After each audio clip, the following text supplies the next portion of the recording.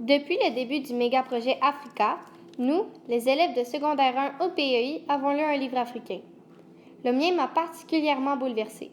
La mauvaise herbe, ce roman de Shehnaz Nanji, est un livre sur l'immigration, un sujet qui vaut la peine d'être parlé.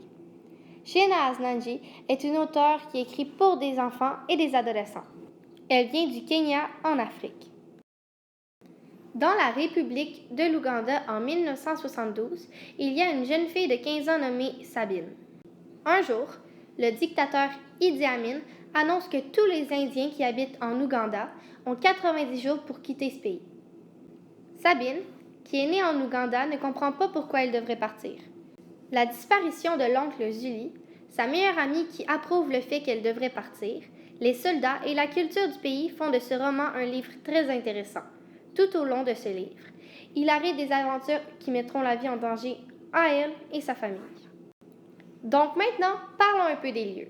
La République de l'Ouganda est un pays africain avec une superficie de 236 860 km².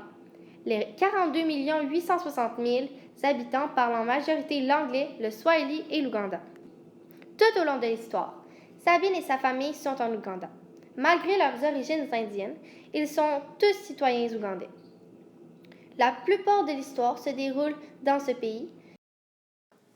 Pour pouvoir émigrer dans un autre pays, Sabine et son frère Milo vont soumettre une demande de réfugié dans Kampala. Elle est la capitale nationale et économique du pays. C'est la plus grande ville de l'Ouganda. Il y a environ 2 500 000 habitants. Elle se situe au centre du pays. Au Kenya, ces plaines sont des champs de bataille oubliés de la Première Guerre mondiale. Elle laissa la chair de beaucoup d'Africains.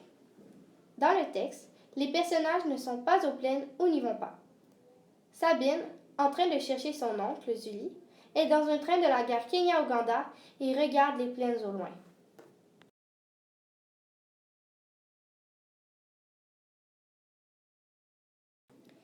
Il y a plusieurs éléments culturels dans ce roman, puisque la culture est très différente en Afrique. Il y a entre autres les balafres, qui sont de grandes entailles faites par un instrument tranchant. Nous retrouvons plus souvent ces cicatrices au visage. Dans l'histoire, Sabine et son oncle vont chez Zéna, mais ils doivent ralentir car il y a une chèvre sur la route.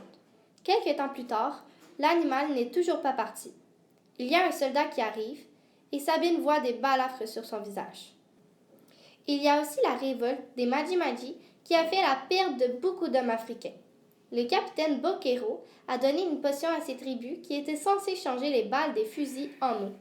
Évidemment, les balles sont restées elles-mêmes. Katana, un homme blanc qui travaille pour la famille, pratique la magie pour protéger Sabine.